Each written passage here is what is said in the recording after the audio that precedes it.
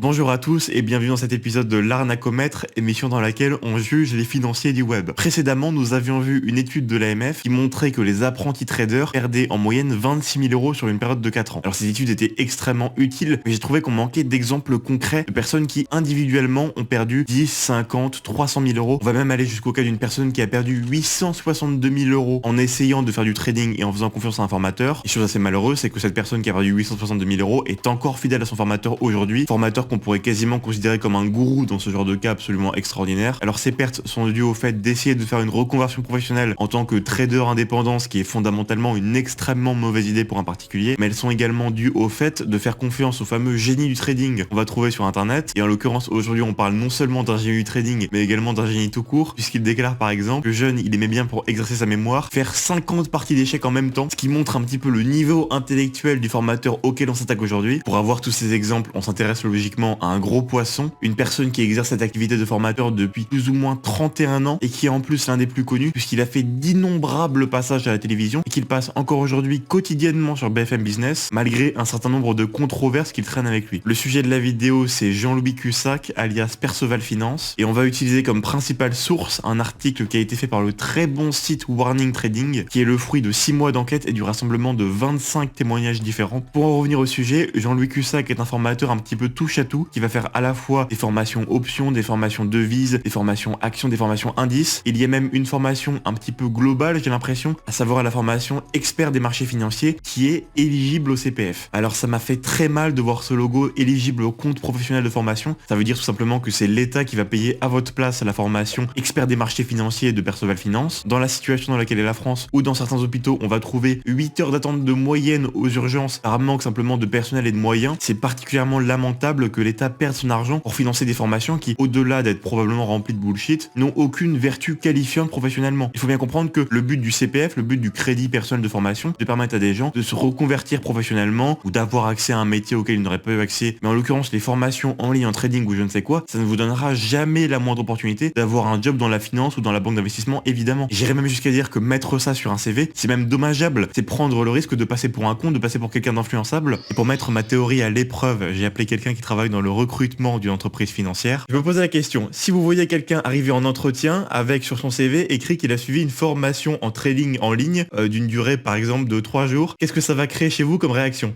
Eh ben, pas grand-chose. Non mais c'est impossible, pour devenir trader, c'est des années de formation, c'est souvent des profils assez mat de se reconvertir. C'est impossible en 3 jours de se reconvertir et de devenir trader. Évidemment, l'offre de Perceval Finance Conseil ne s'arrête pas simplement qu'à des événements ponctuels, et notamment un abonnement qui va nous intéresser particulièrement, qui est l'abonnement salle de marché. Alors qu'est-ce que c'est que la salle de marché ? C'est un forum en réalité, accessible pour 1 000 euros par mois, avec 3 mois d'engagement minimum, donc 3 000 euros minimum, et sur lequel, entre autres, Jean-Louis Cussac et son associé vont intervenir régulièrement pour donner des conseils sur différents investissements, différents trades qu'il faudrait faire dans la journée. Et c'est ce forum-là, justement, qui a causé la perte de beaucoup des cas qu'on va voir ensuite. Le premier cas qu'on va voir, c'est monsieur Nicolas. Alors ce monsieur est un entrepreneur qui a assez bien réussi en faisant une entreprise du bâtiment, mais seulement à cause de frustration personnelle, il a voulu essayer de se reconvertir en tant que trader, et pour ça il a suivi des formations de Jean-Louis. Alors on pourrait considérer qu'il est un petit peu crédule d'avoir fait confiance à Jean-Louis, et le problème c'est que quand quelqu'un passe tous les jours sur BFM TV, on n'est pas censé considérer que c'est un vendeur de rêve qui vend des formations dont les objectifs sont complètement irréalisables. Or c'est le cas. Alors Nicolas va suivre la formation de Jean-Louis à partir de 2018. Au début le marché se passe bien, donc il gagne un petit peu d'argent progressivement. Il applique strictement la méthode Cussac. Et qu'est-ce que c'est que la méthode Cussac ? C'est simplement s'abonner au forum à 1 000 euros par mois et faire exactement ce que dit Jean-Louis. Voilà, c'est assez simple, il n'y a pas vraiment de subtilité. La méthode Cussac, c'est faire exactement ce que fait Jean-Louis Cussac. Sauf qu'il commence à avoir des doutes au moment notamment d'août 2019, où il y a un mini crack au niveau du CAC 40 qui lui fait perdre pas mal d'argent. Petit crack que Perceval Finance n'avait pas anticipé, ce qui est parfaitement normal. Pour prendre leur défense, il est évidemment très logique qu'ils ne soient pas capables d'anticiper comme ça tous les petits cracks ou toutes les crises qui arrivent. Personne n'arrive à faire ça. Et le vrai problème va arriver au moment du crack du Covid, où Nicolas, sous les conseils de Jean-Louis, est investi très fortement à la hausse à ce moment-là. Évidemment, personne ne voit arriver le crack du Covid. Et à ce moment-là, Nicolas va donc malheureusement subir une perte de 580 000 euros. Perte qui va être partiellement couverte, encore une fois, sous les conseils de Jean-Louis, par des paris à la baisse qui, eux, vont lui rapporter 250 000. Et enfin, entre 580 000 de perte et 250 000 de gains, ça lui fait une perte nette de 330 000 euros, qui est évidemment absolument astronomique et ce qui va mettre un terme à sa carrière de trader. Alors, selon les les déclarations qu'a fait Jean-Louis Cussac aux journalistes, il considère que c'est seulement Nicolas qui a perdu et que tous les autres élèves évidemment ont miraculeusement gagné, lui y compris. Seulement Nicolas étant un fidèle absolu de Cussac au départ, où il payait tous les mois ses 1000 € et suivait exactement ce que lui disait de faire Jean-Louis, il est extrêmement improbable que ça soit seulement lui qui ait perdu et que le reste des élèves aient tous miraculeusement, en suivant le même forum que Nicolas, gagné de l'argent. Et c'est d'ailleurs ce que va assumer assez rapidement la femme de Jean-Louis Cussac, qui quand Nicolas va lui envoyer un mail pour se plaindre, va dire que eux aussi ils ont beaucoup de problèmes et qu'ils ont perdu beaucoup d'argent au moment de ce crack. On va faire une petite interlude sur les performances du maître lui-même.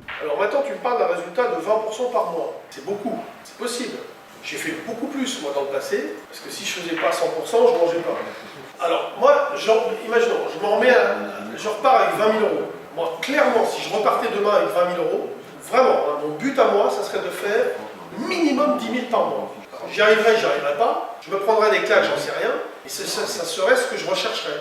Bon alors évidemment c'est des performances complètement invraisemblables, mais ce qui est très amusant, c'est que contrairement à tous les autres formateurs qui prétendent être des investisseurs extraordinaires évidemment, mais qui n'ont jamais créé le moindre fonds d'investissement, Perceval Finance Conseil ont été à l'origine de plusieurs fonds d'investissement, ce qui est parfaitement logique évidemment, hein, si vous êtes un bon gérant, il est tout à fait normal que vous créiez un fonds d'investissement pour gérer l'argent des autres, c'est pas très compliqué et si vous êtes effectivement un très bon gérant, ça peut vous rendre absolument milliardaire, donc c'est tout à fait normal et c'est même courageux de la part de Jean-Louis d'avoir créé ce fonds. Le problème, c'est que ce fonds a malheureusement fait faillite en 2 ans et demi. Et les performances, comme vous pouvez les voir, ne sont pas exactement à 100% par mois ou à 50% par mois, ni même à 1% par mois, mais plutôt à moins 10% sur une période de 2 ans et demi. Alors je sais pas, il était peut-être fatigué, il avait peut-être un peu mal au genou, je sais pas ce qui s'est passé, mais en tout cas on est très loin des performances annoncées. Voilà, c'est un fonds qui s'appelle Idéal Premium, donc dont nous nous occupons chez Ferry Gestion. C'est un fonds diversifié et qui a une originalité qui est qu'il a un stratège.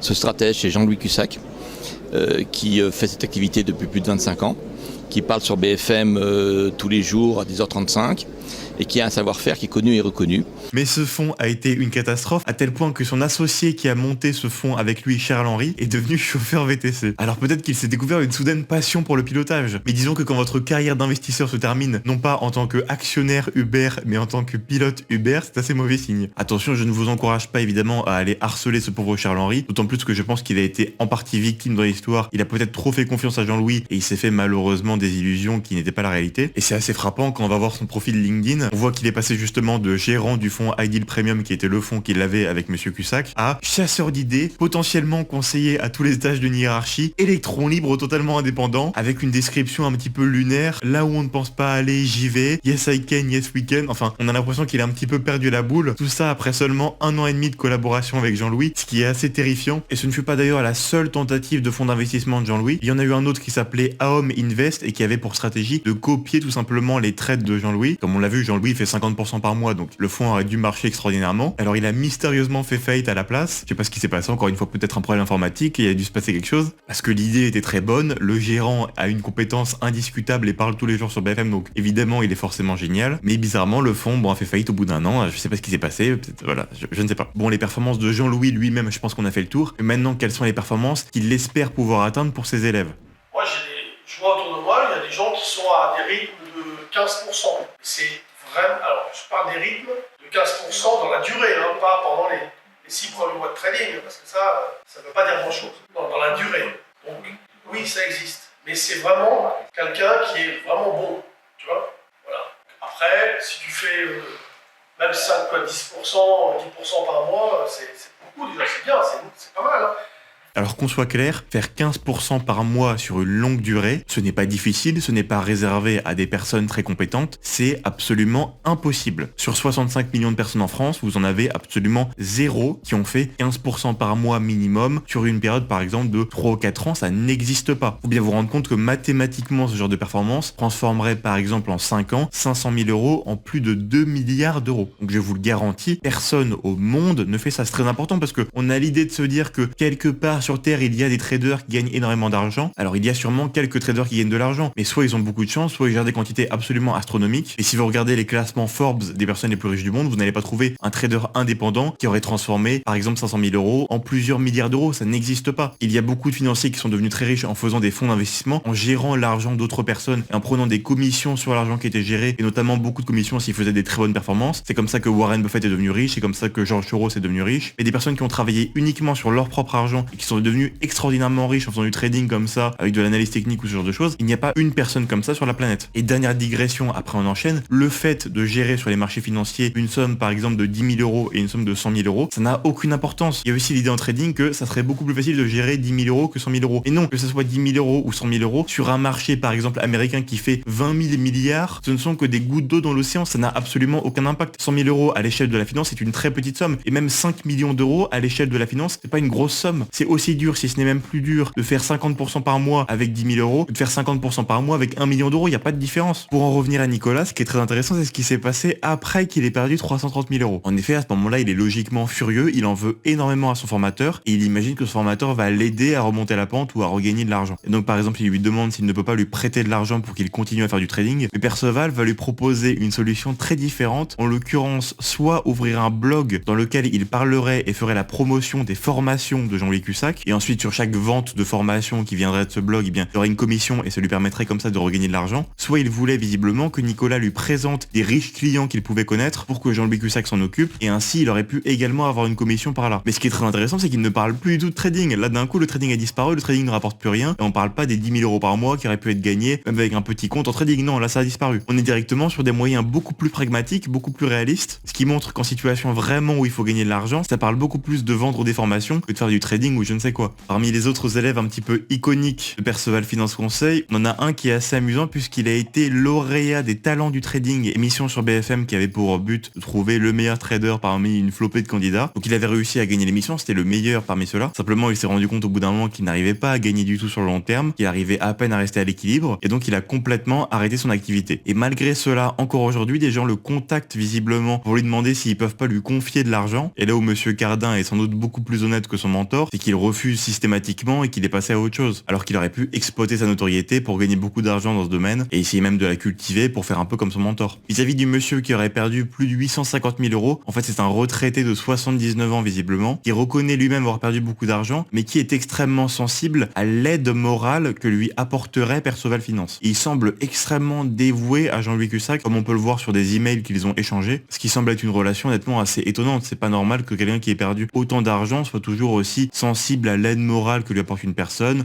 quand bien même il soit très gentil. C'est malheureusement pas une relation qui paraît très saine. Alors en ce qui concerne la position de Jean-Louis sur l'arnacomètre, encore une fois, outil de référence qui note l'honnêteté des financiers sur une échelle de -3 à 10. Alors le point fort que je peux donner à Jean-Louis, c'est qu'il doit gagner énormément d'argent avec toutes les formations qu'il vend, les groupes, les abonnements, etc. Il doit avoir des revenus absolument énormes, et pourtant il ne fait pas de publicité hyper aguicheuse avec des yachts, des belles voitures, des choses comme ça, ce qu'il pourrait faire parce que lui pour le coup il a largement les moyens de le faire avec toutes les formations qu'il vend. Il a l'air relativement discret et c'est plus agréable que beaucoup de formateurs qu'on voit sur internet. Cependant c'est le seul point positif que j'arrive à trouver à Jean-Louis Cussac. À part ça, j'avoue qu'il n'y a pas grand chose. Les objectifs de gains sont assez réalistes, les promesses c'est un peu n'importe quoi. On peut noter également qu'il essaye un petit peu de recaser les personnes à qui il fait perdre beaucoup d'argent. C'est pas forcément extraordinaire, mais il essaye de trouver quelque chose. Il a également remboursé Nicolas sur son abonnement au forum sur un montant de 6 000 euros, ce qui est quand même assez sympa. Enfin, Nicolas a dû le menacer de porter plainte pour qu'il fasse ça, donc c'est pas non plus de bonne foi. Je pense donc qu'on va tout de même mettre une note très élevée à Jean-Louis Cussac, peut-être 8,5, 9, voilà, je sais pas exactement. Je vous laisse voir dans les commentaires si vous êtes plutôt à 9, plutôt à 10, plutôt un peu en dessous. Et on se retrouve pour une prochaine vidéo. À plus tard, bye bye.